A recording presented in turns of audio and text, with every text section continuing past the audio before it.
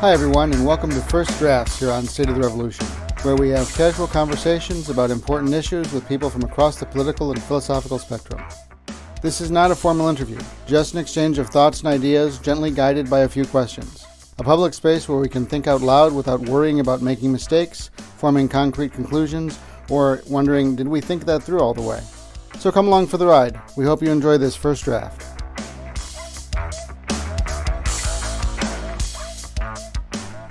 Hi everyone, and welcome to State of the Revolution. I'm Liano, and this is a new segment we're trying out called First Drafts. We need more open discussion of big issues. We need a space where we can explore big ideas in public without the pressure of giving a definitive or a fully thought out answer. These are first drafts. They're experimental discussions. To make sure we're able to have an open and honest conversation, each participant may strike any of their comments from the final release. Today I'm talking with Carina Freeman. Carina was on the podcast last week, and we had a good discussion both on the podcast and afterwards. So I asked her to join us for First Drafts. She's an activist with the Freed People in Grand Rapids, and a really interesting person. I had a great conversation with her the other day. But why don't you introduce yourself, Carina, and talk a little bit about your organization. Sure. Hi, and thank you for having me back. It's a pleasure to speak with you. I am a mother, I'm a wife, I am an educator, and I am a revolutionary. I founded an organization called the Freed Peoples. It is a 501c4 organization, which means that we really get to delve into political issues. We have a lot going on, and if anyone is interested, you can find us on Facebook, Freed Peoples, on Twitter, Freed Peoples, and our website, thefreedpeoples.com. Cool. Very, very, very cool.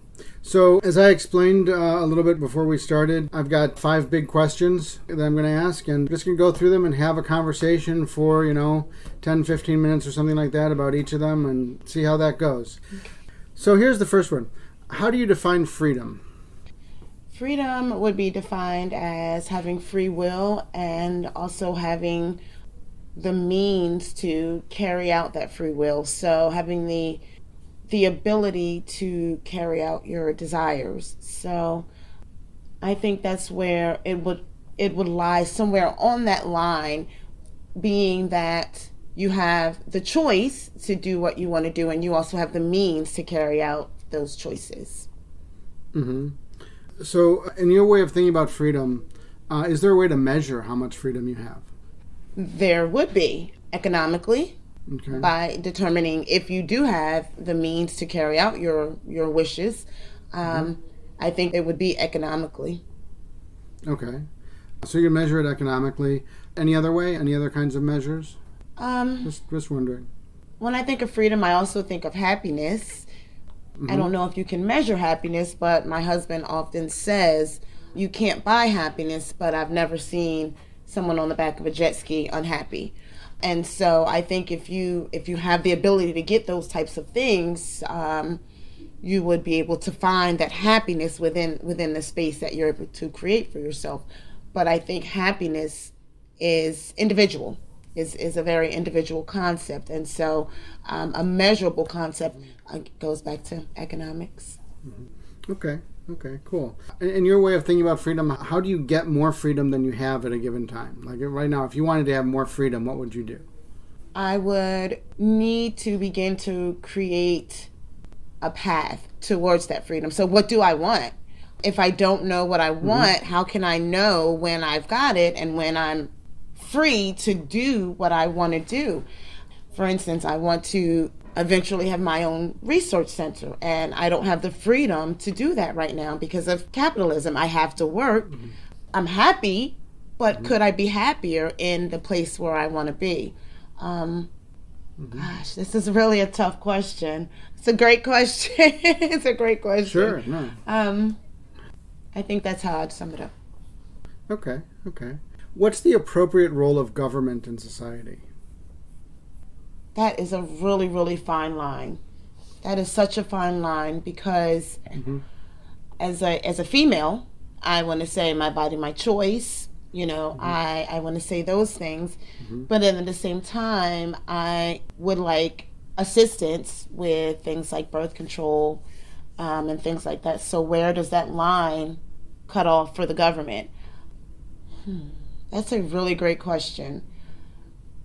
I like to think that I'm probably somewhere along the lines of a bigger government, but at the same time, that's a great question. I don't know if I can answer that question. What is the role of government? What are the kinds of things that government ought to do, and what are the kinds of things that government ought not to do? Or, and don't necessarily think of government as just the U.S. government. I mean, we have local government, we have state government, we have some regions that are not states or other things like watersheds that we have some government over. There's lots of different kinds of government out there. I'm talking about from the big picture, what are things that the government ought to do? From the big picture, ensure that our human rights are met. That's the biggest picture, the basic human rights. We should have access to clean water. I know I say that word differently. I'm born and raised in New Jersey. We should have access to clean water. We should have access to housing, to food. And then when we come to a micro scale, as you were mentioning local government, I'm thinking about roads and things. Government should be responsible for the upkeep of roads. So maybe the cutoff is the body. Maybe the government should have no say in how we govern our own bodies. And then I extend that immediately. I start thinking about drug use and how that's policed, and the government should have no say in that. If it's an adult, the government should have no say in that. Just as on this flip side, as a woman, my body, my choice. So the government should have no say in that. So I think that my line would be at the body. I don't think that the government should have any say in our body. What about the way that the government manages economic situations? So, for example, there are some things that we can't do just in our own bodies. For example, build roads and bridges and stuff like that, like you were talking about before. The government needs to procure labor, needs to procure materials to do that, and that involves economics at some level. So what do you think is an appropriate role there?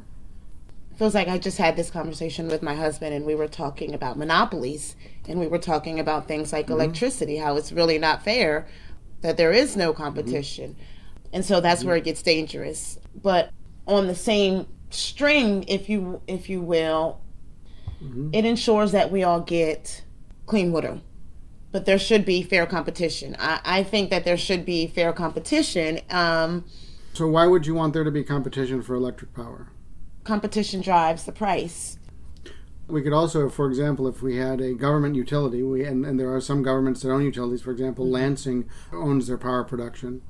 So, for example, we could have a government-run utility system like Lansing does, and we could say we want the price to be the cost of production plus the cost of maintenance and improvements, whatever we need to keep things going at the pace of technology and so on. That would literally be the cheapest price that it could be, and the way that we would do that is we would own it ourselves, and we would set the prices to make sure that that could continue. When I lived in Florida, down in Sarasota, Bradenton, it was utilities were owned by the public, if you will.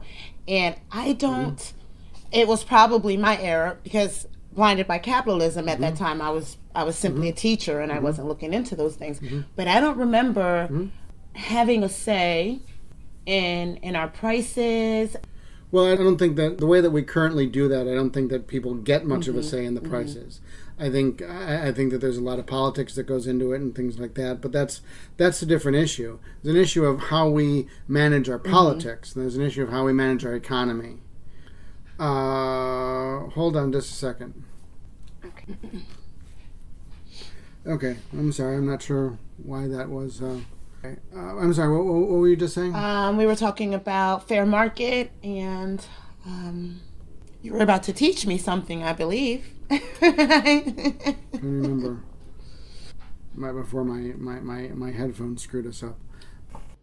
That we could set the prices and... Right. So if we own the utility, then we could figure out what the costs are at our current level of technology. We could figure out what the costs are for maintenance and repairs, projected. We can figure out what the costs are for improvements over, the foreseeable future.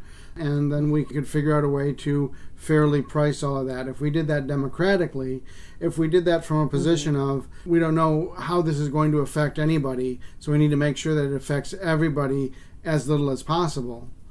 And we don't know how this will affect everybody, so we need to make sure that it affects everybody as little as possible. In every circumstance. So what would be the problem with that? Greed. I think that it wouldn't start fair. I think that we would have the great idea, but I don't think it would start fair. Why? I think that the capitalism. If we're looking at making it into another system, or so are we looking at hypothetically taking capitalism out of it, or how would that? What I'm saying is, I understand that there are going to be problems with people trying to take advantage of it, and there will be some amount of that, because there'll be some amount of that in any system. Doesn't matter what you do, there's going to be some amount of that. Okay, and we can. I mean, there's it's pretty simple to figure out, how much is tolerable and how much isn't. So we need to be able to make sure that we pass laws and enforce laws to the extent that we don't have more than we can tolerate. So I understand that's going to be a problem, but let's assume that we've dealt with that problem for the moment. I'd be all for it. I think that if we could bring in competition and. So why do you want competition in particular? I mean, I'm not necessarily against it. I'm just asking: is there a reason, or is it just something that you've heard a lot that you think needs to be there? It's probably something that I've heard, and when I think of fairness, I think of competition. I think of Darwin, right? And I think the best one will win. And then that's when I begin to say, well, not necessarily. The best one may not win. If we look at history, it's not always the best that wins. Well, and so, it's what do you mean by best? Because in that kind of competition, what best means is most profitable, or most able to generate profit. So it doesn't mean, for example, we have, like in Texas right now, we see what happens when we have open competition without regulation is utilities build infrastructure to serve the regular times, and they don't build excess capacity to serve when that excess capacity is needed. They expect the consumers to absorb the excess capacity shocks. Okay? Exactly. And that's a situation where what happened is competition came in, and they let the competition work out like that, and they did all of these things. And what they did is the competition gave them a way to lower the price as much as possible, give themselves as much profit as possible, exactly. but not actually develop a system that can operate the whole year. That's sustainable, even or economically friendly. Right. So when we say best, that's where that's exactly where I'm having the trouble, because when we say best, what does that mean? Right. Best for who? Right. Exactly. Best what for is who? What does that mean? And so that's where Right. that's where I am. I think the idea of competition is a good one. There are certainly places where that's appropriate. It seems to me that this is not particularly one of them. Maybe there's good arguments, but it was just something that you keep hearing, and so yes, that makes I understand. What about things like freedom of speech, freedom of assembly? What are rights made of? Rights are made, I believe, from history. Things happened, and we realized this is not okay. And so the rights came about. Are they equal? No. Did the writers have good intent? Yes. Well, some of them. But some of them. Okay. And sitting in 2021, we have to sit back and think, is it equal for all? Am I able to open carry, right? Do I have the Sure. right to bear arms? Right. As equally as a white woman walking down the street? No, I wouldn't. Certainly don't. And so they're great. They're great in theory. But that's one of, when we think about that and those theories, and stretch it on into modern day time, this is one of the reasons why we kneel at the flag, because it's not justice for all. These inalienable rights, they're not for us all equally. And so I think that they're great in theory, but they're not here. Right. They're not here. Right. So let's go on to the next question. How do you define democracy? One vote, one person. Okay. Everyone gets a voice. Everyone gets a voice. One vote, one person, and winner takes all. Pretty much. In my classroom, I try to keep it, and I always put in air quotes to my students, we're going to do this we're going to do this democratically, guys, and I'll take a simple vote, and the winner wins. And so, as I'm teaching my students what democracy means, even if I, as the head of the class, don't agree with that decision, sure, this is what the majority has come up with. And so, to me, democracy means the majority wins. Yeah. What's the purpose of democracy? I believe the purpose of democracy was fairness, was the idea, there's so many grand ideas. The idea was fair. The idea was fairness. Yeah, the idea of democracy is, bottom line, fair. Okay. So democracy is trying to solve the problem that governments aren't fair. Does it do that? No, but yes, I think that is the idea, that the government is for the people and the people know what's fair. And with that, the government should listen to the democracy. So how do the people know what's fair? Well, do we know what's fair? Sure. So when we think back to the founding, and they said, well, the people don't quite know, so let's put an electoral college in, right? And so here we are, 2021. So just say, let me just point out that what they did there was they said majority doesn't rule, the minority gets to decide. So, for example, right now the electoral college, what is it, 546, I think it is? Yes. So 546 people out of 330 million get to decide who's president. Yes. Nobody else gets to decide. Right. Okay. So here's a situation where we say that majority rule is what democracy is, but then we turn around and we have vastly minority rule. We have absolutely tiny number of people.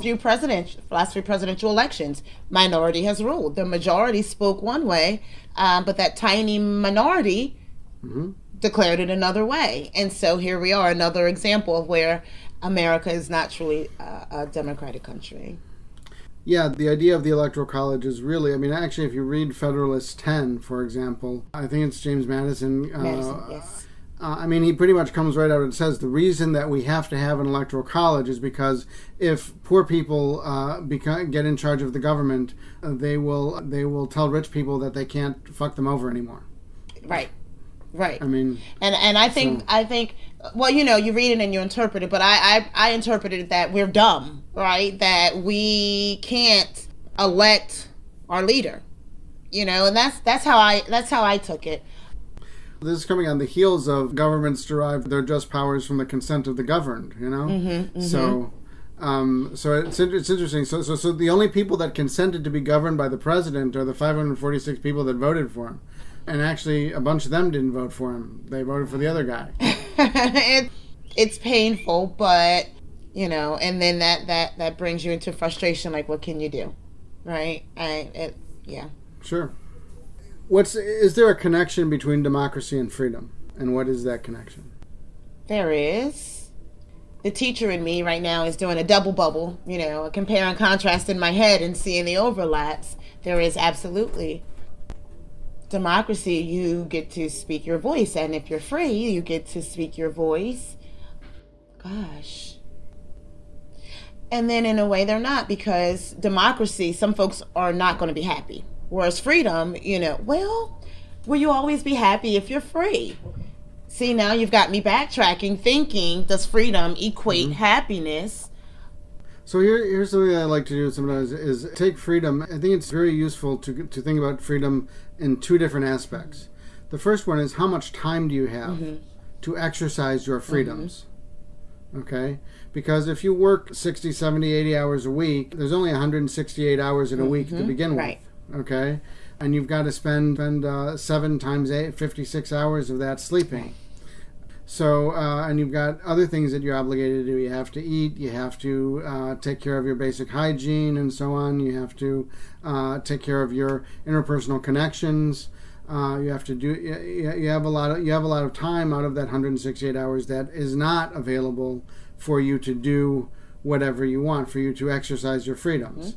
And then on top of that, you have 60, 70, 80 hours of work.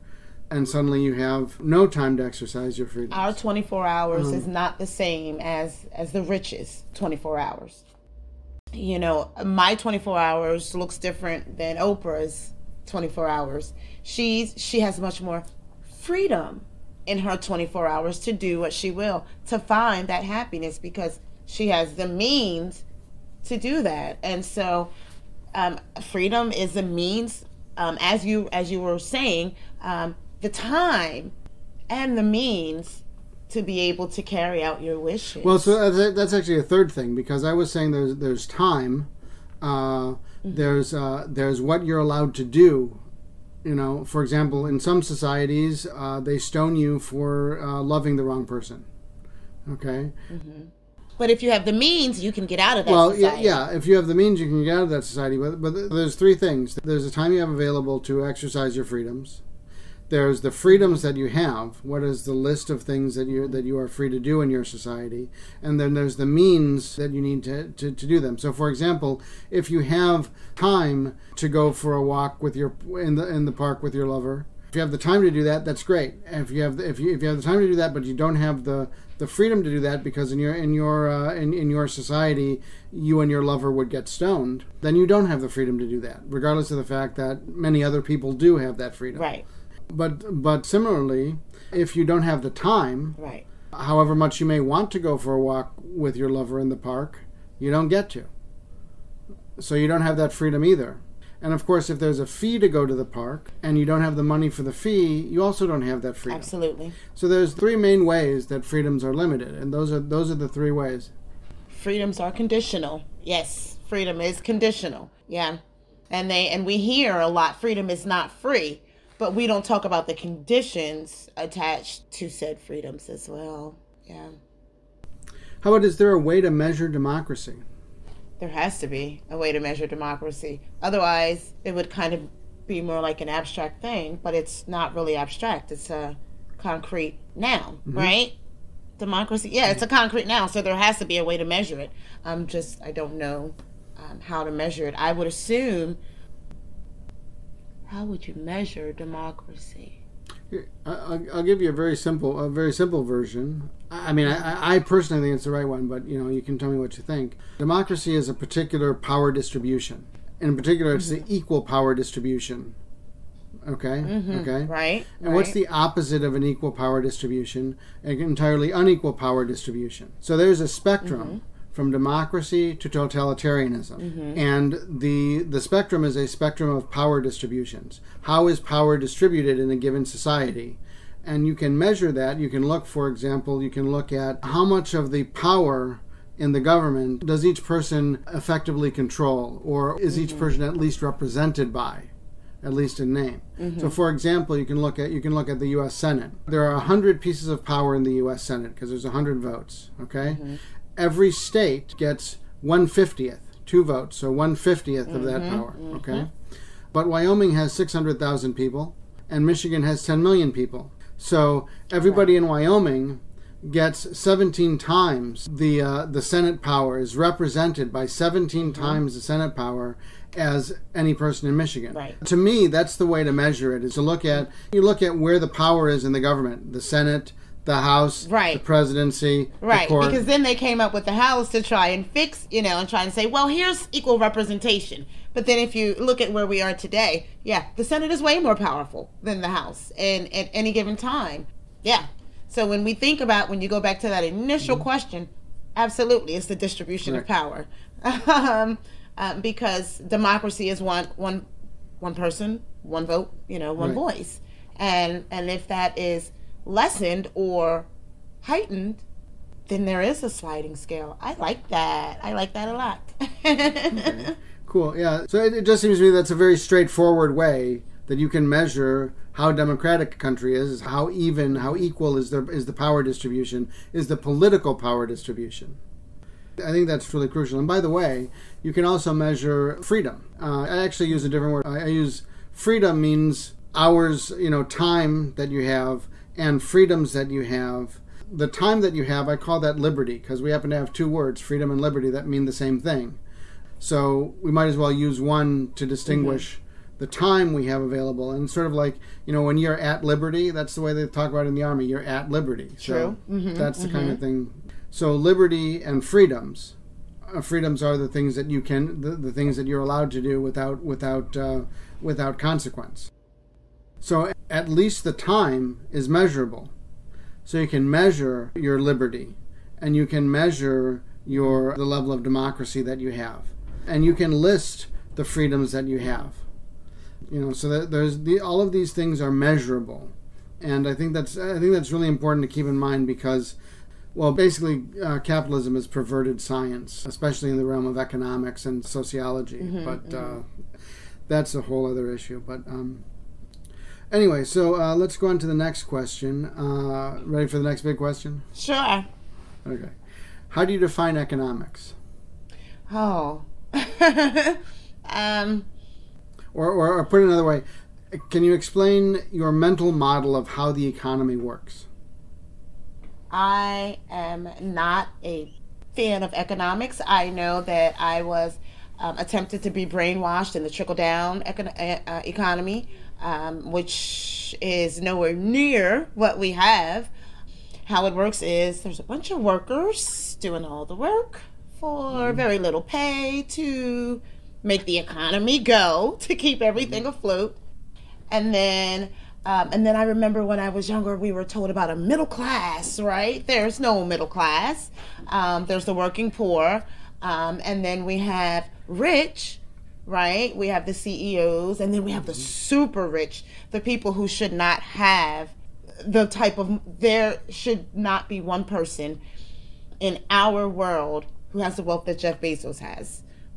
So sure. How I see the economy is it is just as messed up as this capitalist. It's just all it's no good for anyone. And I don't know if I can say this, but I think it's time to eat the rich. They're not going to give it to us, right? They're not going to give it to us nicely. We have to take it.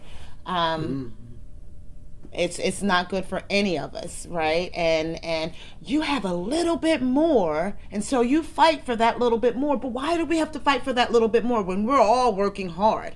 They teach you that, you work hard and you'll be rich. We're all sitting here fighting for this rich American dream that is not attainable for any workers. It's not going to happen for us. We're not going to be Jeff Bezos. Right. It's a fantasy. And you can see why, because like you mentioned Darwin earlier.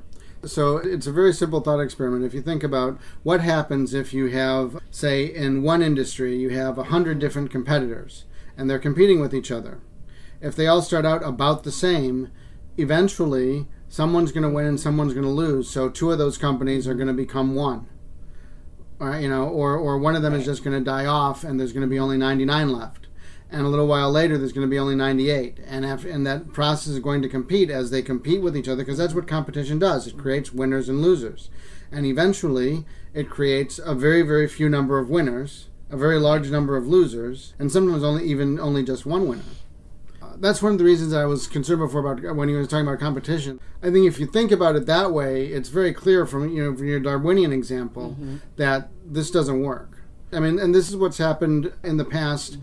Every single time. For example, you had in the ancient world, you had Hittites and the Babylonians and the Egyptians and bunches of other folks competing with each other. It wasn't exactly just economic competition, but in a sense it was all economic competition, because it's an economic competition to be able to put an army in the field, for example.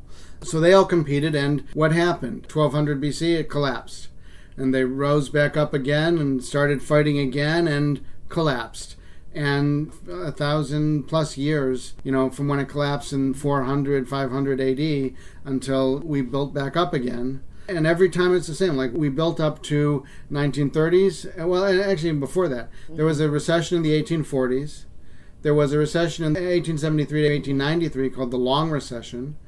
And then there was the crash of 1929. So that is all the same kind of thing as was happening with the Egyptians and the Hittites, clashing against each other, and one of them losing, another one gaining, etc., until there's a few of them and they're controlling most of the money, and then they can't the imbalance of what they expect to get from everybody else and what everybody else doesn't have becomes an impossible contradiction, and it collapses. Absolutely. So we just see that over and over and over again. Absolutely. I've had the privilege of studying several different world politics. I don't know if I know the answer I don't think I have the solution.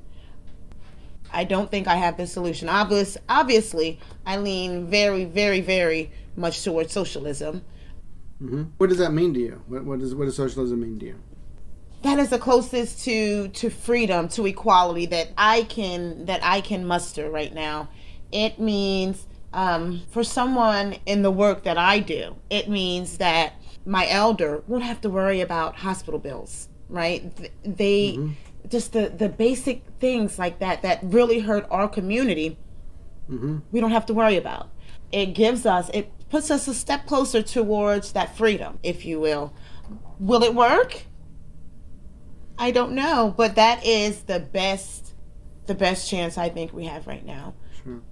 So can you give me some more concrete idea of what you see? What is socialism? How does socialism happen? What are the things that need to change in order for us to do these kind of things? Capitalism has to die.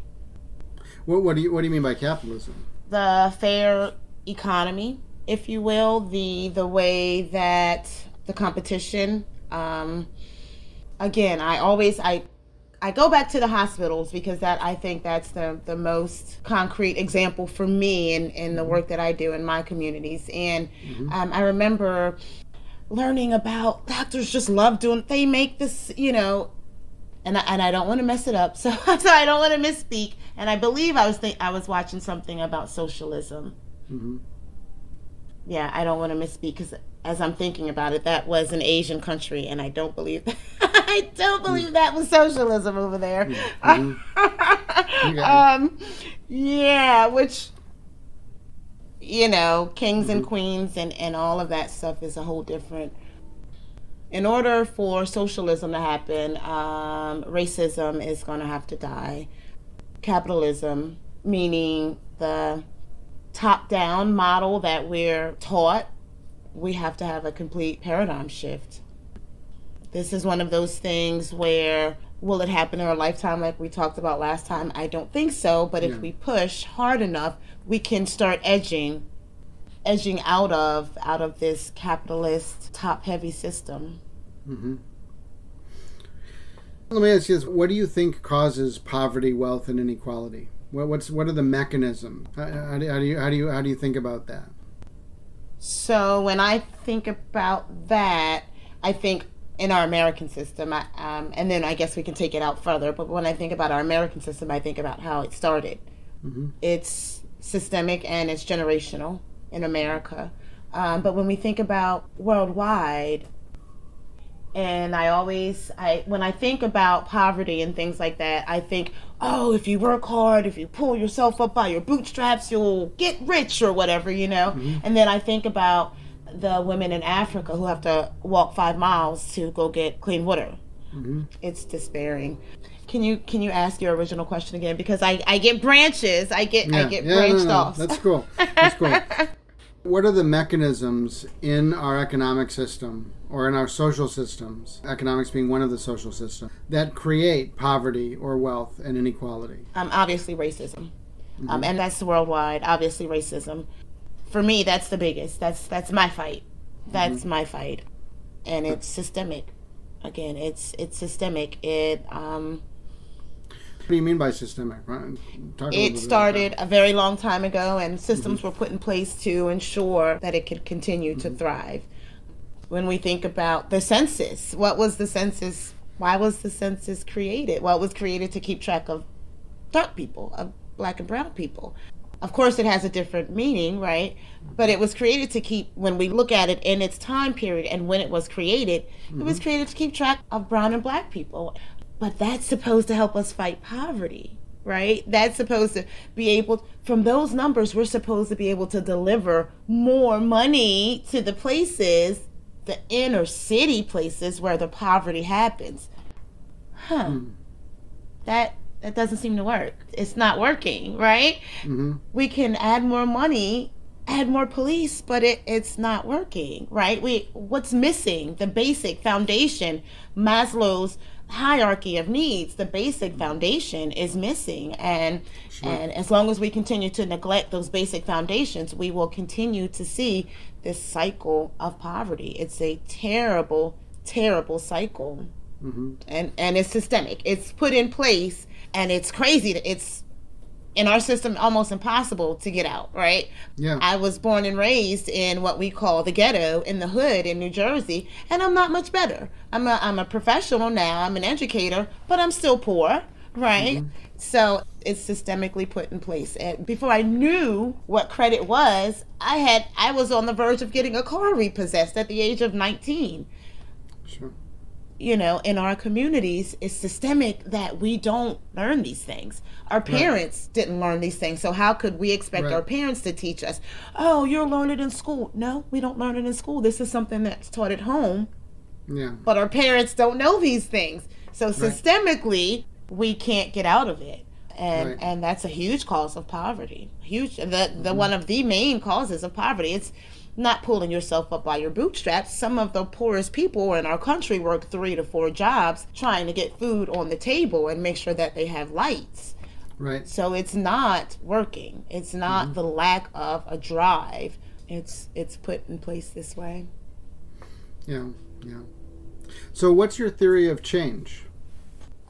I am a firm believer in my education. The way I teach, the way I learn, is all based on bite by bite. I believe that anything can be accomplished bite by bite. When I was a little girl and I had a big task in front of me, my dad would say, Lily, how would you eat an elephant?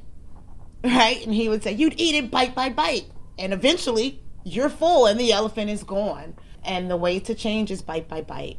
It's just picking off the pieces until there's a new ship in the end. Right? It's still the same country, but as we pick off pieces, is it the same country or is it a new country? So it's just as systemic as it was getting us in this place.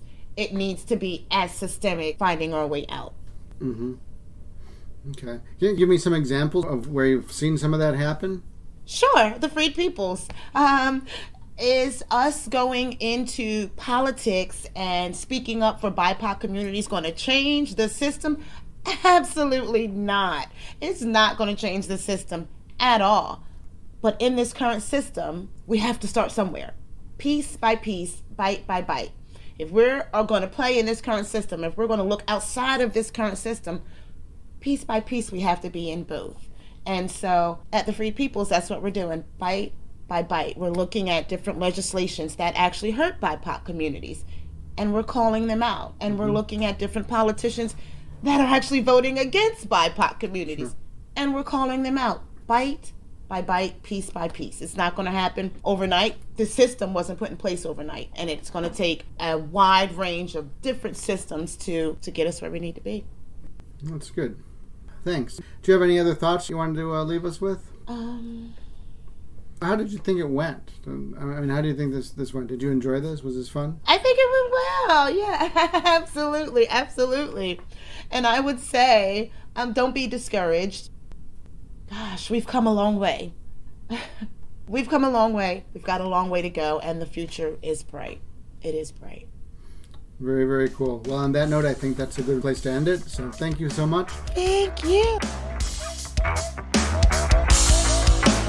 Thanks for listening to First Drafts here on State of the Revolution.